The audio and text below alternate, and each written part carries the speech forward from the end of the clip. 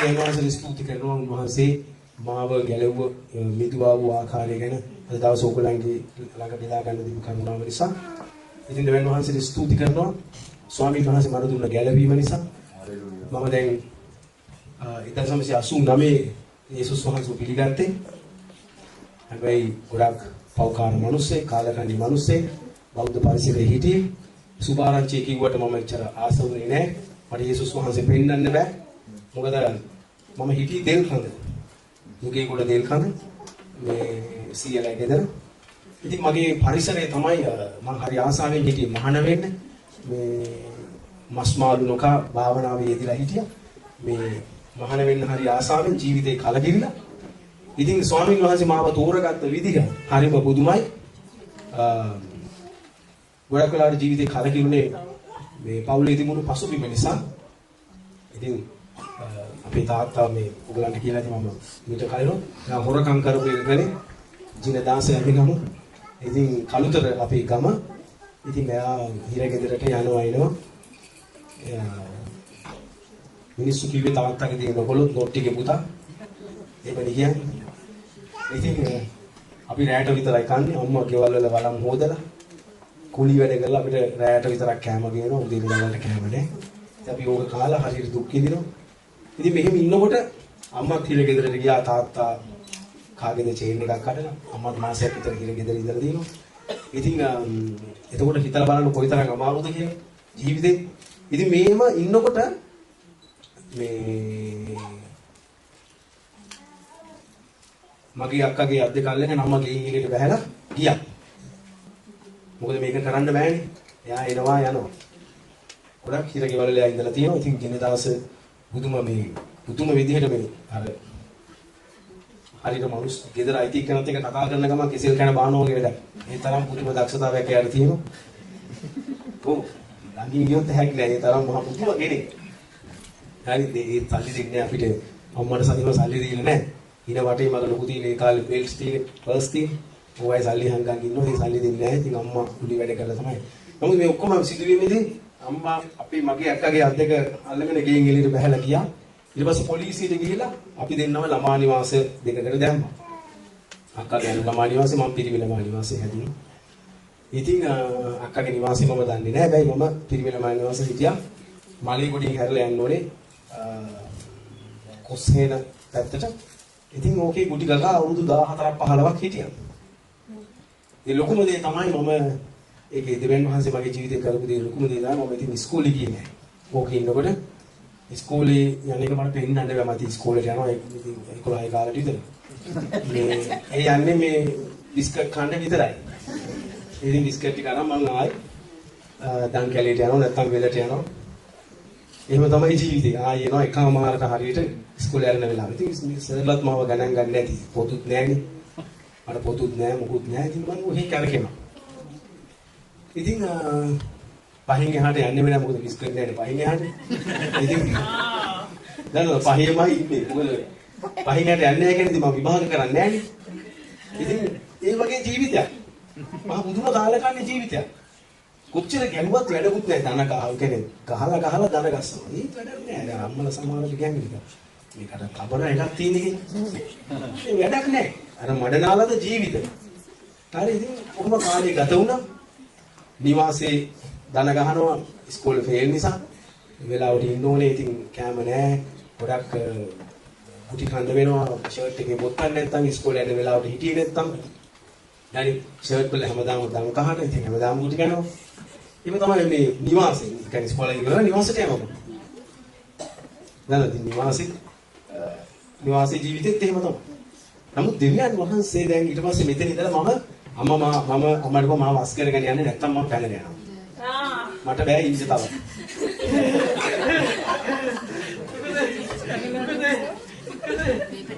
දෙවියන් වහන්සේ ස්තුති ආර තේරෙන්නේ නිසා. ඉතින් මම කොහොමද අම්මා මාව වස් කරගෙන ආවා. වස් කරගෙන ආවම කොහෙද තෙල් කඳ වත්තට. ඉතින් වත්තේ මොකුත් නැහැ. දැන් කරුතර කකාව නැහැ මේ ඉවරයි. දැන් ආවේ තෙල් කඳ සීයලා ගෙදරට. හොඳයි. එතකොට තමයි මම දන්නේ සීයලා ගෙදරට එහා පැත්තේ ශාල තාප්පයක් තියෙනවා. ඒකේ තමයි මේ අක්කා ඉන්නේ කියලා. ගෑනු ළමා නිවාසේ. මේ සමහර ඔයගොල්ලෝ දන්නේ නැති අර දිල්කන්ද වික්‍රමාරච්චි ඇස් කණ්ණාඩි එතන යන්න තියෙන්නේ මේ ගෑනු ළමයි. ඉතින් එතනට මායි අම්මා ඉතින් සියලා ගෙදර ඉන්නවා. එතකොට එතනට ඇවිල්ලත් අම්මා අර මුවන් පැලසරක පෑම ඔලි නානක්කාර අහලා ඉතින් ඉතින් නානක්කාර ඒගොල්ලන්ගේ ගෙවල් වැඩ කරා. සුජාත විද්‍යාලය පල්ලමේ ස්කීම් එකක් තියෙනවා. මේකේ බදාම තාච්චි ඔලු තියාගෙන ගියා. ඉතින් රෑ නෑලා යා පපුව අමාරු හැදලා ඇඳට උනා. මම මොකද කරන්නේ ලොකු අර ට්‍රැක්ටර් ටයර් එක තියෙන්නේ. මැද ඕක පැද ඉන්නවා. කණ්ඩ නෑ, කණ්ඩත් නෑ, ඉතින් බොණ්ඩත් නෑ. ඕක පැද අර වටේ යනවා. ඉතින් ඕක තමයි ජීවිතේ. වෙන කිසි දෙයක් නෑ. ඉතින් ඕක අයියෙන් හයිවල් පාරේ පල්ලමට යනවා. මිනිස්සුන්ගෙන් ගුටි කනවා. ඕක මට අම්මා කරන්න බෑනේ. දන්නවද? ඉතින් තරම් අවුරුදු ගානක් කොහොම ආවා? ජීවිතේ. දන්නවද? කිසිම දෙයක් නෑ.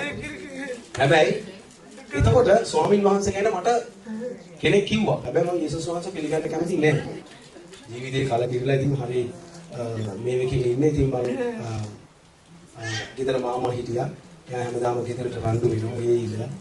ඉතින් ගේ පාරේ ආයේ තමයි මම ගොඩාක් වෙලාවට ඉන්නේ. මම හස දිහා බලාගෙන කල්පනා කරනවා මේ ජීවිතේ අපිට විතරක් තියෙන්නේ කියලා. උන තමයි 80 ගණන් වල මේ කලබල කාලේ කපල දාපු මාර්ගස් තිබුණා. ඉතින් ඒ වගේ දෙවෙනි ඉන්නවා. බලන් උස්සලා බලනවා තිබුණොත් කරව නැත්නම් ආයෙ යනවා. එච්චර තමයි. කාලකණ්ණි ජීවිතයක් ගත කරා. ඒ වත්තේ මිනිස්සුන්ටම වැඩ කරගෙන හිටියා. පාන් ගේන්න යන්නේ මං, පොල් ගේන්න යන්නේ මං, සිගරට් ගේන්න යන්නේ මං, කඩේ යන්නේ මං ඔක්කොටම. ඒක පිටිපස්සේ කැම ටිකක් ඉල්ලලා කනවා. දන්නවද? විරෝධයක් තේරෙන්නේ නැහැ. කවුරු කොහොම කිව්වත් කවුරු විශ්වාස කරත් ඒක තේරෙන්නේ නැහැ. අර මඩනාලද ජීවිතය කියන්නේ ඒක තමයි. මඩ වෙනවා. මහසෑය මඩනාලද මිනිස්සු නිදහස් කරන්න කියලා බයිබලයේ කියනවා. ඉතින් ඒ වගේ රස්සාවල් 11ක වැඩ කරා. හැබැයි මාස 3යි, මාස 2යි, මාස 6යි, මාස 6යි. දන්නවද? ඉතින් ඇගිලි මාක් වලින් තමයි පඩි ගත්තේ. ඇගිලි මාක් දෙන්න පඩි ගත්තා. පඩි කියන ගානකුත් නැහැ. එක කවුත් හිටියේ නැහැ මේ අවුරුද්දක්වත්. ඉතින් මම ඉන්නකොට ස්වාමීන් වහන්සේ කෙනා ආයෙ අහන්න ලැබුණා. ඒක මම හරි ආසයි මේ. මහාන වෙන්න. ඒක මේ ජීවිතේ තවත් කලකිරිලා. දැන් අම්මා දැන් ලෙඩෙන්දී එයාට මුකුත් කරගන්න බැහැ. මටත් රස්සාවක් නැහැ. ඉතින් මම ওই බදාමනන්න යනවා රුපියල් 15කට 20ට. ඉතින් ඕක තමයි ඉතින් අපිව ජීවත් කරන්න මේ දේවල් කළේ. ඔහොම ඇවිල්ලා 89 ආ යේසුස් වහන්සේ ගැන කියනකොට එදත් මම පාරේ ආයෙ හිටියේ. මේ අම්මාත් හරි බයෙන් ඉන්නවා මම කොරෙක් වෙයිද දන්නේ. ඔව් ඇයි වත්තට ඇවිල්ලා ඉස්කෝලේ ගියේ නෑනේ මම. ළමයි කවුරුත් මාත් එක්ක සෙල්ලම් කරන්නේ. කතා කරන්නේ ඇයි ඉස්කෝලේ ගිහිල්ලා නෑනේ. ඒ බුරුවත් එක්ක කතා සෙල්ලම් කරන්න එපා කිව්වා. සමහර තාත්තලා ඇවිල්ලා.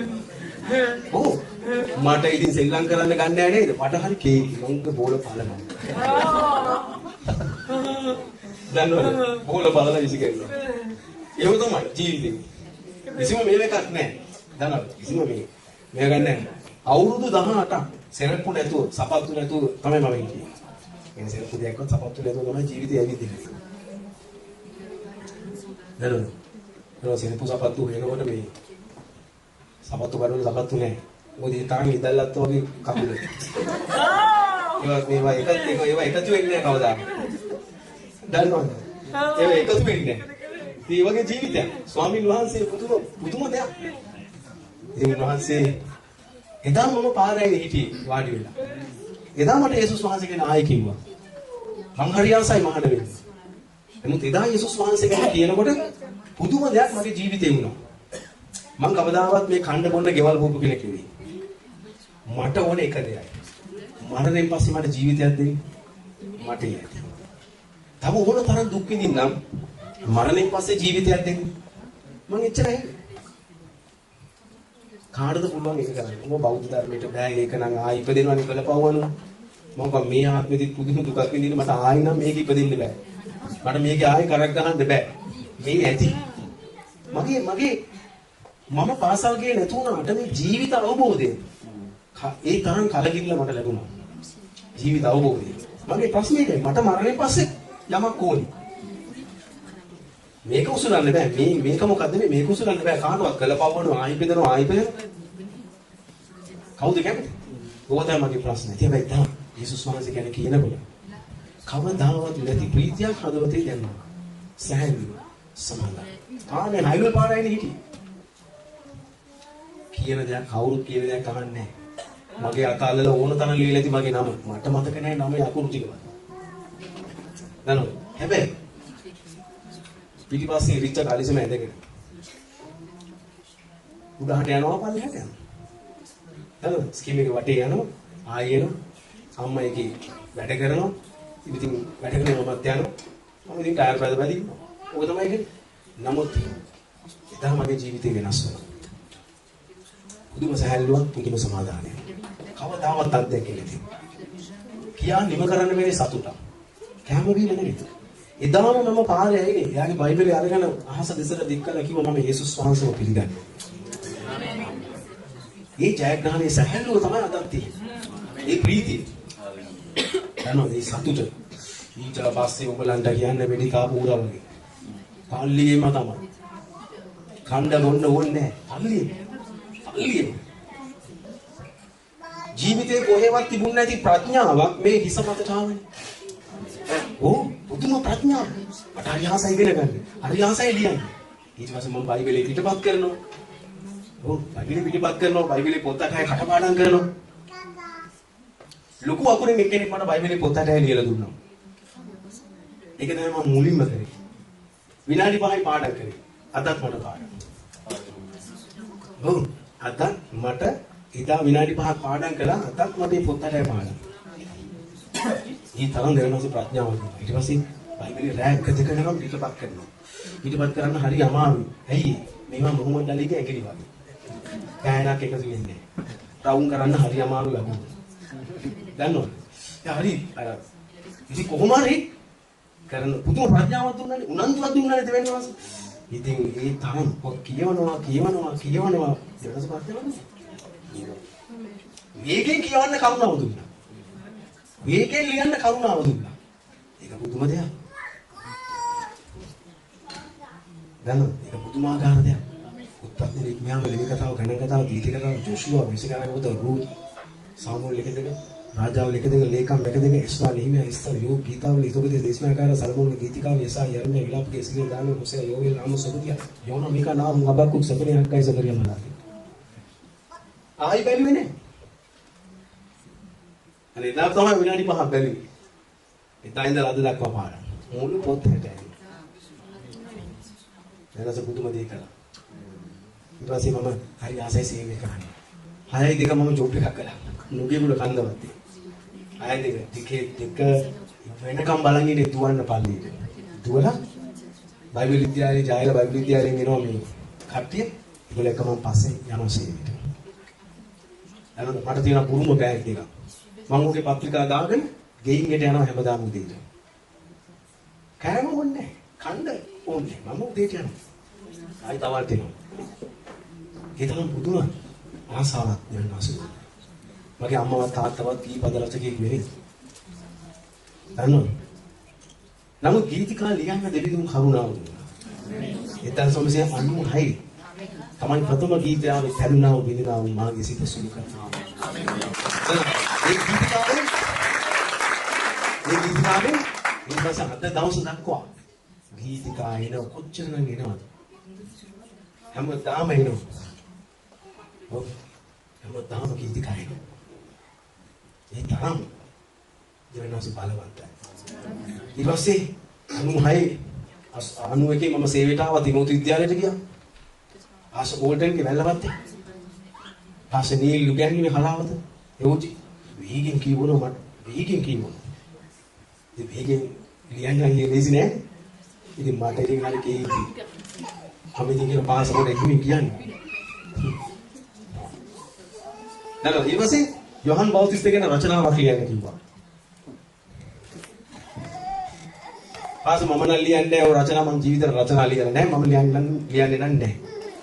කන්න දෙන්නේ නැහැ. මම කොහොමද ඕන තරම් නොකා ඉඳලා තියෙන්නේ මට කන්න එපා. පාස්ටර් ගිහිල්ලා කියනවා කියලා කිව්වා. අම්කෝ කියන්නේ. නේද? යාර අමාරුයිනේ. එතකොට එනවා ටිකක් කීටි. පස්සේ මම ගිහිල්ලා ඉවරලා ඇහුවා මොකද්ද පාස රචනාව කියන්නේ. අනිවාර්ය තුන් පාරක් කිව්වා තේරුන්නේ නැහැ රචනා. කොහොම වුණත් දැන් ආවා චර්ච් එකට රෑ 10ට. තිමෝති විද්‍යාලේ ඉඳලා 91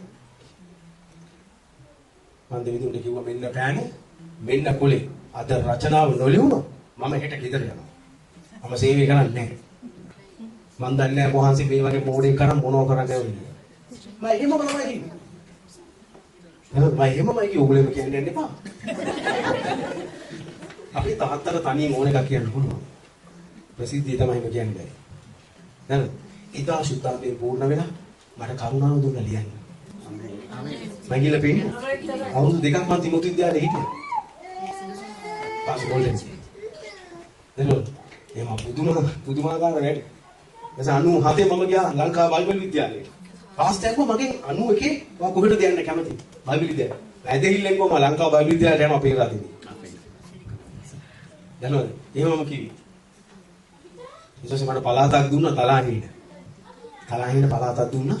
මම ඒතකොට සීලේ කරේ තලපත් පිටිය හොකන්දර. ඊපස්සේ මම තලාහිණේ මට ඔයාලා සීලේ කරලා පෙන්නන්න ඕනේ තලාහිණේ. ඒතකොට මම බයිබල් විද්‍යාලයට යන්නේ. ඔව්. දෙවියන් වහන්සේ බුදුමයි කියන්නේ මුළු ලන්සි වත්තක්ම කැරිම ලැබුණා. ඔව්. මම කියන්නේ මුළු ඔයගොල්ලෝ කියලා අහන්න තලාහිණේ වීදුරු කපන ගෙදර කොහෙද තියෙන්නේ කියලා ඒ මුළු ග්‍රේන් එකෙම ගොඩක් ඉන්නේ බර්ගර් කට්ටිය ඒ ඔක්කොමලා ගැලීම ලැබලා සුව වෙලා නිදහස් වෙලා අද 75ක් සභාව හිටියා අද ඒ ඔක්කොමලා රාජගිරි බෙතනි චර්ච් එකේ සේවය කරනවා. ඔව් සේවය කරනවා. 97 ලංකා බයිබල් විද්‍යාලයට ගියා. මාස 6යි සේවයට ආපු ගෝලයා සුදේශ් කියලා පැයක් ඇතුළතදී දුන්නා සමුක පරීක්ෂණයේ පේපර් එකක් ලියන්න. දැන් ඒක 4ක් තියෙනවා. ඉතින් පැයෙන් එකයි මම ලියලා තියෙන්නේ. පැයම 3ක් ලියලා නැහැ. ඉතින් මාව තෝරගත්තේ නැහැ බයිබල් විද්‍යාලයට ගෝලයාව තෝරගත්තා. මම කනගාටුවෙන් ආවා ගෙදර. ඔව්. ඊට පස්සේ ආයි කෝස් එකක් තිබුණා මේ අවුරුද්දක බයිබල් විද්‍යාලේ. ඊපස්සේ 98 සමුක පරීක්ෂණයක් නැතුව ආයි ලංකා බයිබල් විද්‍යාලයට ඇතුල් වෙනවා. 99 ඉවර කරා. මේක මහ පුදුම කෝච්චියක්. ඔව්. විෂයන් 10යි. එක විෂයකට පැවරුම් 2යි. පිටු 10කට වැඩි වෙන්නේ. අමතර විෂයන් 4යි. ඉංග්‍රීසි, දෙමළ කොහොමද මේව කරන්නේ? පළවෙනි සතියේ නිකන් විෂයන් ටික හඳුන්වලා දෙනකොට මොකද්ද? මම කර්මනාකාරතුමාට ගිහලා කිව්වා මට නම් බෑ මේවා කරන්න. මං හෙට ගෙදර යනවා. කොළහලති ලාල්ස ආයතින් නෑ දිශාන්තව කොහොමද කරන්නේ? පස්සේ මං කල්පනාකාරතුමාට කිව්වා බැයිද එක විෂයකට එක පැවරුමක් දෙන්න. ඔයාලා පිස්සුද නේ ජාත්‍යන්තර විද්‍යාලය? දන්නවද? පස්සේ මං ගිහිල්ලා මගේ කාමරේ හිටියා මම කැමරට ඉස්සලා රෑ කැමරට ඉස්සලා අඳින්න බැතිරිලා මම හෙට ගෙදර යනවා ස්වාමීනි. මට නම් මේවා කරලා පුරුදු නෑ ස්වාමීනි. හැබැයි මට මේ හඬ දෙපාරක් ආවා. නැගිට ශක්තිමත් වෙන්න. ප්‍රඥාවේ පටන් ගන්නවා මා කෙරේ බය වීම. මම ඔයත් එක්ක ඉන්නවා.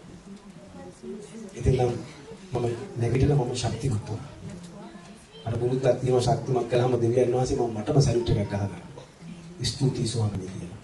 ඉතින් යහන් තමයි යනවා. කාටත් ඉස්සලා සති දෙකකට ඉස්සලා ඔක්කොම විෂයන් ඉවරලා විභාගයට සති දෙකක් තියාගන්නවා.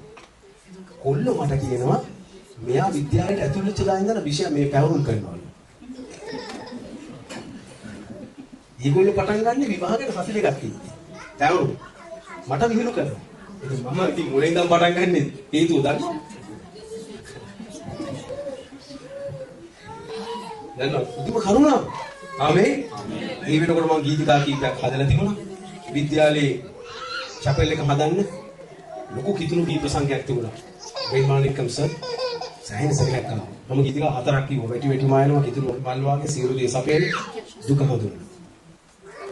ඉතින් සතිය දෙකකට පස්සේ වෙනවාසික හාස්කම් මගේ ළඟට ඇවිල්ලා කිව්වා මම ඔයාලට CD එකක් කරන්න උදව් කරනවා. ලෑස්තිද?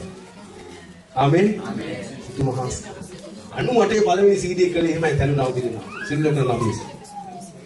එතකොට කොච්චරනම් මිනිස්සුන් ළඟට ගියාද CD එකක් කරන්න ඕනේ කියලා යාඥා. දෙවියන් වහන්සේ උපකාර කළා. ගිටාර එකක් තිබුණේ නැහැ. නුවර කෙනෙක් තමයි මට ඉස්සර ගිටාර එකක් දුන්නේ. ගිටාර දකින්නකොට මෙහෙම බලන් ඉන්නවනේ ඈතට යනකම්. ගිටාර එල්ල ගැන ඇයිදිහා.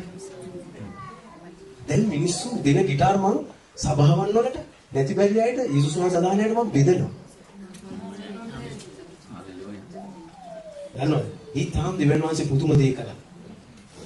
පුදුම කෙනෙක් වුණාසේ. ඒ වස් දෙවෙනි CD එක කළා දයාවන්ත වූ යේසුනේ, තුන්වෙනි CD එක සදාකාලික ප්‍රේමය, හතරවෙනි CD එක කළා මිහිරි සුවඳ. ඊට පස්සේ උදෑසන දාන්න පුළුවන් CD දෙකක්, පිටි කිදිකා CD දෙකක් කළා. ඊට පස්සේ දෙවිදුන්ගේ බලවත් ක්‍රියා, ඊට පස්සේ මෙමෙවුම් කරු ගියවු. දී මට එලි දක්වන්න කරුණාව දුන්නා. නැත්තල් CD එක. CD 9ක් තියෙනවා. තවත් ගොඩාක් අයට ගීතිකා හදලා දෙන්න කරුණාව වුණා. පාසලකී කරලා තියෙන CD 4ෙම ගීත 6 තියෙනවා. 91. පාසවාසික කරපු CD එකේ මාධ්‍ය විති වෙන තුනක් මට සිහි වෙනවා. කුරුසිය පාමුන. මේ දවසේ අපි ප්‍රීති වෙමු. අද රෝහන් කි රෝහන් තව ටිකක් මෙහෙම වුණා මම සම්බන්ධ නැහැ කියන නමස්කාරය. මට එක්ස්ට්‍රා ගන්න හොඳයි නේ. ඉතින් වගේ ගොඩක් ගීතිකා කඳවුරු ගීතිකා ගොඩක් හදන්න කරුණාව දීලා තියෙන මේ ගීතිකා මුළු ලෝකේ පුරා කතෝලික සභාව, බැප්ටිස්ට් සභාව, මෙතෝදිස්ත සභාව හැම සභාවම ගායනා කරනවා. ඕනේ ගැලවිමල. ඕනේ සුව වෙලා තියෙනවා. ඒක ප්‍රශ්නයක් නෑ කවුරු ගායනා කරක් කම. ඒ තරම් දෙවියන් වහන්සේ පුදුම දෙයි ඒ හරහා කරලා තියෙනවා. ඉතින් මේ රටවල් වල දෙවියන් වහන්සේ ඉන්න කරුණාව දුන්නා. සේවය කරන්න ඔබ කවුද? මේ කොහෙද මම හිටියේ මොන වගේ ජීවිතයක්ද ගත කරන්නේ? ඉතින් මේ ඔක්කොම දෙවියන් වහන්සේගේ කරුණාව. පුදුම ශක්තිය ධෛර්යය. අද දවස් දක්වා දෙවියන් වහන්සේ තමයි මේ ජීවිතේ මේ තැනට ගෙනල්ලා දෙන්නේ. ඒ වහන්සේට මහිමයි. උන්වහන්සේ තමයි මේක හැරි. මේකෙන් හැම ප්‍රයෝජනයක්ම ගන්න උන්වහන්සේ. මාසෙ ලොකු දෙයක් ඕනේ නැහැ. ලොකු දෙයක් කරන්න ඕනේ පොඩි දෙයක්. යනවාද ලොකු දෙයක් කරන්න පොඩි දෙයක් යෝනේ. ඒ තමයි හදවත. උන්වහන්සේ මොනේ හදවත. ආමේන්. මම මේ ළඟදී ආව මට ලස්සන ගීතිකා අපලා ගීතාවලිය අනුව දෙකේ. තුෂානේ ගහමුද ඒ මයින් ගීතාවලිය. අපි හදලි ඉවර නෑ හැබැයි මේ ගීතාවලිය අනුව දෙකේ. මේක තාම නිර්මාණය කරගෙන යනවා.